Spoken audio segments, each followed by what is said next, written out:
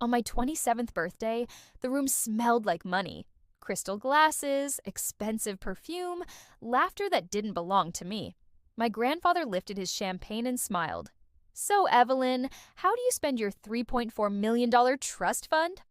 The world tilted. I blinked once, twice. "What trust fund?"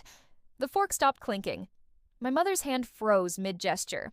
My father's throat moved like he'd swallowed a stone. Then Grandpa turned, calm as ever. "Where did the money go?"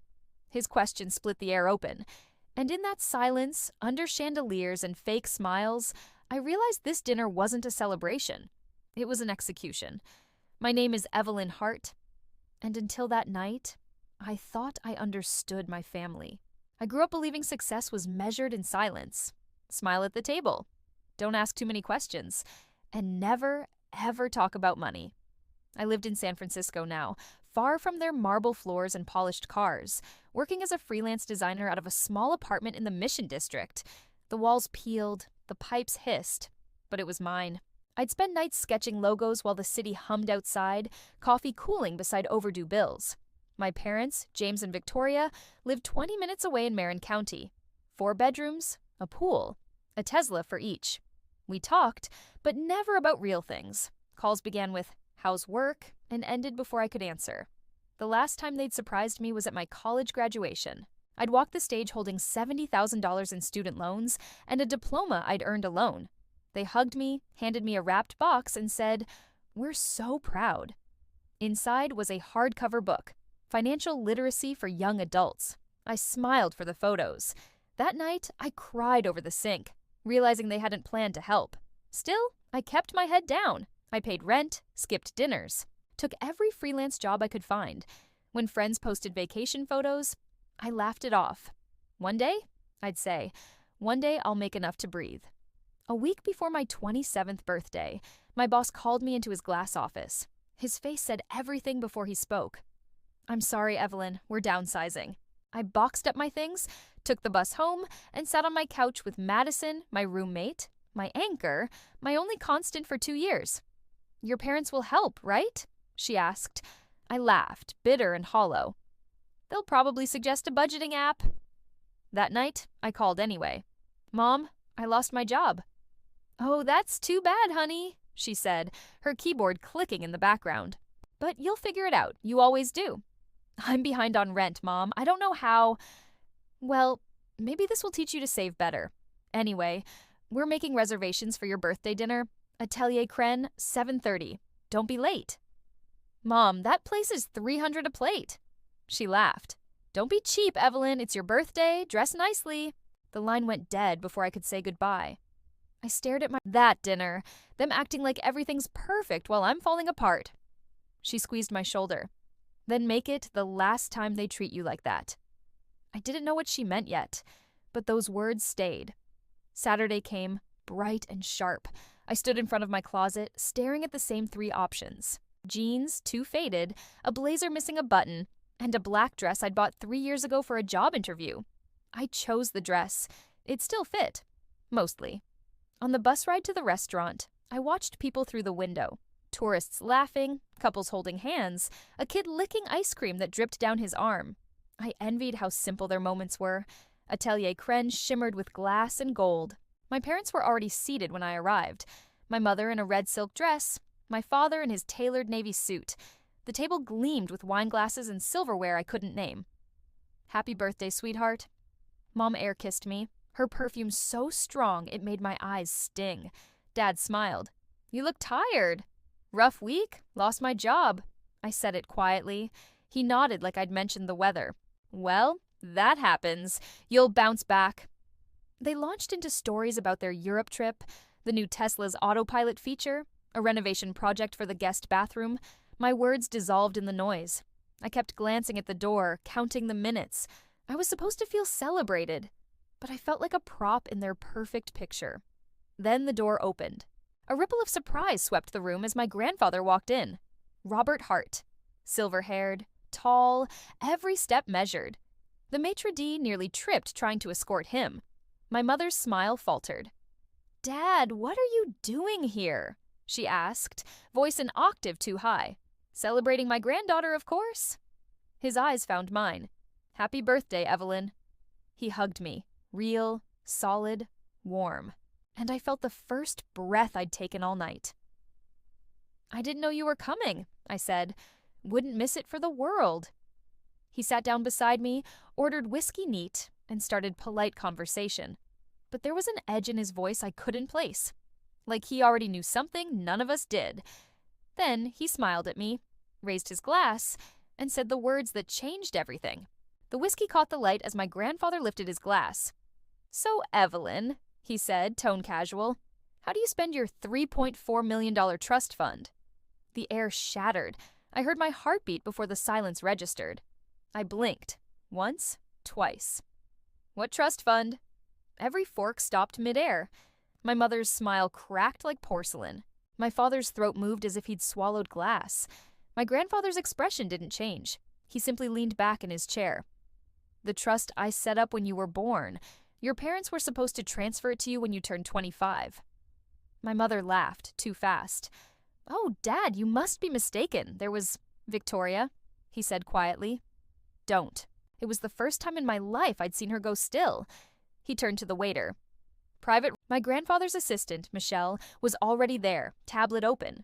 A man in a tailored suit waited beside her. Michael Anderson, his attorney. This won't take long, Grandpa said. I just want clarity. Michael opened a folder, slid a stack of papers across the table. Miss Hart, this is the trust account created under your name. Initial deposit, $1 million. Current value, given market growth, should be approximately $3.4 million. My fingers hovered above the paper. Should be. He nodded grimly. As of this morning, the balance is $200,000. The words landed like a physical hit. $200,000. 25 years of savings, investments, interest, gone. Grandpa's gaze never left my parents. Explain. Dad wiped his forehead. We used some of it, just to cover the mortgage when the market crashed. Some? Grandpa's voice stayed calm. That's over $3 million, James. Mom's hands trembled around her clutch. We were managing it for her future. We didn't want her to waste it. I laughed. Short, sharp, ugly. You mean like wasting it on rent, or student loans, or food? Mom turned to me, her eyes glassy. Sweetheart, we only wanted what's best for you. You gave me a book on financial literacy for graduation. My voice cracked. While you were draining my account? Grandpa raised a hand. The room went quiet again. Enough. He turned to Michelle. List the withdrawals. She read, her voice mechanical. Mortgage payoff, $450,000. Vehicle purchases, 2 Tesla Model S, $280,000. Home renovation, $320,000. Investment in Victoria Hart real estate, $500,000. Market total loss. Each line felt like another blow. Then she paused. Purchase of property in Malibu, $1.8 million. Currently registered under James and Victoria Hart. I stared at them.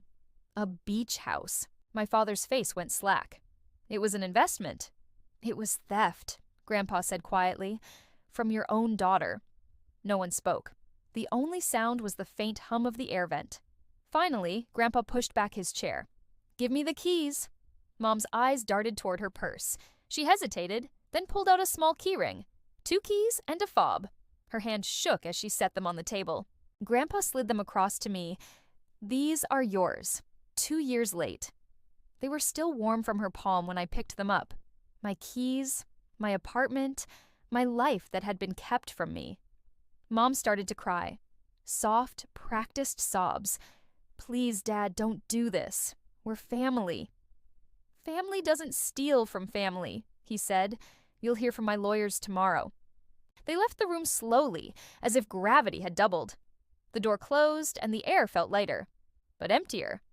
Grandpa turned to me. Evelyn, I'll have a full audit done. They'll face legal consequences, but the decision to press charges, it's yours. I looked down at the keys, metal cold against my skin. My chest tightened. They came to dinner knowing this was goodbye. He nodded, and they smiled while doing it. That night, I left the restaurant with the keys in my pocket and a storm in my chest. Outside, the city lights blurred through the fog. Madison was waiting up when I got home. When I told her everything, she stared at me like I'd just recited a crime scene report. "They stole from you," she whispered. "Your own parents." "Not just money," I said. "Years." I looked out the window at the sleeping city and felt something break. And something else begin. I wasn't going to scream. I wasn't going to beg. I was going to take everything back. Quietly. 3 days after that dinner, I was summoned to my grandfather's office. A glass tower downtown that looked like it could slice the sky. I'd barely slept since the night of the reveal. The words, "they were planning to run," played on loop in my head. Every time I closed my eyes, I saw my mother's trembling hand dropping the keys. My father's silence that felt like confession. When I arrived, Michelle was already waiting in the lobby, immaculate as always, tablet in hand. "They're here," she said quietly. "Robert wanted you present." My stomach tightened. "Both of them?" She nodded. "They came to negotiate." Negotiate. That word tasted wrong. The elevator opened to the top floor. Glass walls, leather chairs, the faint scent of cedar and old money. Grandpa sat behind his desk, posture straight, hands clasped. Across from him sat my parents. Dad looked 10 years older. Mom was trying to smile, but the gloss on her lips cracked at the corners. "Evelyn," Grandpa said, voice steady. "Sit." I sat opposite them. No one spoke for a moment. The only sound was the ticking of the antique clock on the wall. Finally, Dad cleared his throat. "We didn't mean for it to go this far. We were just desperate." Grandpa's voice was cold. "Desperate?" "Trying to stay afloat," Dad said. "You wouldn't understand." "I understand greed," Grandpa interrupted. "I built an empire on recognizing it." Mom reached forward, tears already in her eyes. "We love her, Dad. We were going to tell her eventually." "When? After you'd finished selling the Malibu house?" Silence. Michael Anderson, the attorney, stepped forward, setting a stack of printed bank statements on the desk. "The forensic audit is complete," he said. "Every transaction traced, every property connected. We've recovered approximately $2 million through asset seizures and forced sales." My father rubbed his temples. $2 million? We already— "You didn't recover it," Michael said sharply. "We did, through the law." I watched the scene from what felt like outside my own body. Every lie peeled away, every secret dragged into the light. Michelle handed me a folder. Inside were photos of my parents' purchases, the Malibu property, luxury cars, jewelry receipts, cruise bookings, all funded by my trust. "You should know what they valued more than you," she said softly. I swallowed hard. "This is enough to press criminal charges, isn't it?" "Yes," Michael replied. "Felony financial fraud and breach of fiduciary duty, up to 10 years. Mom gasped. "Evelyn, you wouldn't. Please." Her voice broke like the room blurred around me, the skyline behind glass, the papers, the trembling hands across the desk. I thought of 27 years of dinners where I smiled through silence, of student loans I'd paid with ramen and overtime, of birthdays where they sent flowers but not love. I met my mother's eyes. "You left me with nothing. Now you have exactly that." The words landed like thunder. Mom's shoulders collapsed. Dad looked away, jaw clenched. Grandpa nodded once to Michael. "File the necessary motions." Mom reached across the table, voice shaking. "Dad, please." "She's your granddaughter." "And you are my daughter," he said. "But there's a difference between blood and character." She began to sob. Real this time. It wasn't for me. It was for everything they were losing. As the lawyers finalized the papers, I stood and walked to the window. The city stretched below. Cranes, cars, the slow pulse of people living their lives. I pressed my hand to the glass, the cold grounding me. For the first time in years, I wasn't small.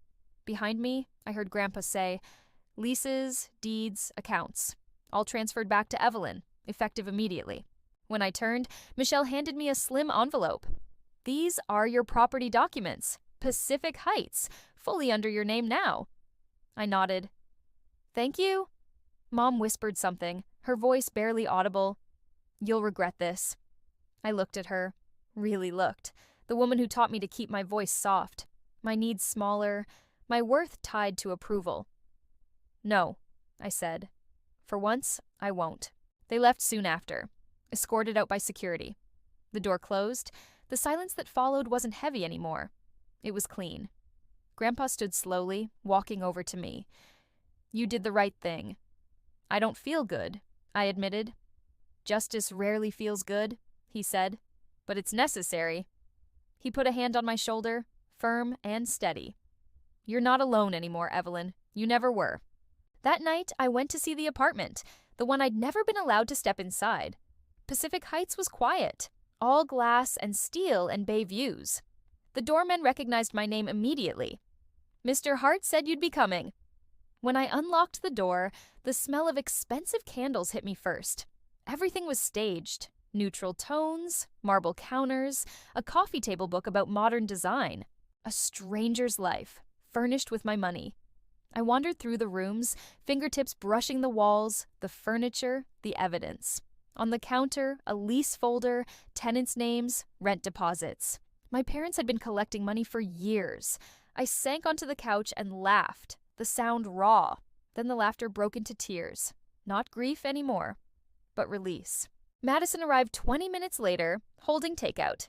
"You're really here," she whispered, eyes wide. "I'm home," I said. She looked around, smiled. "So, how does justice feel?" "Quiet," I said, "and heavier than I thought." We ate sitting on the floor, cartons spread out like old times. Through the windows, the bay shimmered with city lights. Somewhere behind me, the keys gleamed on the counter, a reminder of everything that had been stolen and everything I'd taken back. Before bed, I texted Grandpa. "Moved in. Thank you for fighting when I couldn't." His reply came a minute later. "You always could, Evelyn. You just needed proof." I stared at that message until the screen dimmed. Proof of what they'd done, and who I'd become. A month passed before I could sleep without waking in the middle of the night, expecting another secret to surface. But the investigation moved quickly. My parents' assets, both Tesla's, the Malibu house, even the country club membership, were liquidated. The proceeds poured back into my account, under my name, where they should have always been. They moved into a roadside motel in Oakland. Grandpa told me in a quiet voice. "They're paying restitution, $500 a month. Court ordered." I didn't feel joy when he said it, just balance. I settled into the apartment in Pacific Heights. Each morning, the fog rolled over the bay like breath. I'd sit on the balcony with coffee, laptop open. Freelancing again. Clients came fast. Referrals from Grandpa's network. Startups that needed branding. For once, I wasn't scrambling. I was building. Madison came over every weekend. We hung art, unpacked boxes, made the place ours. "You realize," she said once, laughing, "you could buy this whole building now." "I don't want to own more things," I said. "Just more peace." Weeks turned into months. My name was on everything now. Bank accounts, titles, deeds. But it wasn't the money that settled me. It was the ownership of my life. One evening, Grandpa invited me to dinner. He looked frailer, but lighter, as if some weight had lifted. "You did what I couldn't," he told me. "You drew a line." I smiled. "You taught me how." That night, driving home through the city, I passed the restaurant where it all began. Through the glass, people were laughing, toasting, unaware of how fast a family can fracture over greed. I didn't stop. Some chapters deserved to stay closed. Finally, I learned that blood doesn't always mean loyalty. My parents stole my future and called it love, but I took it back.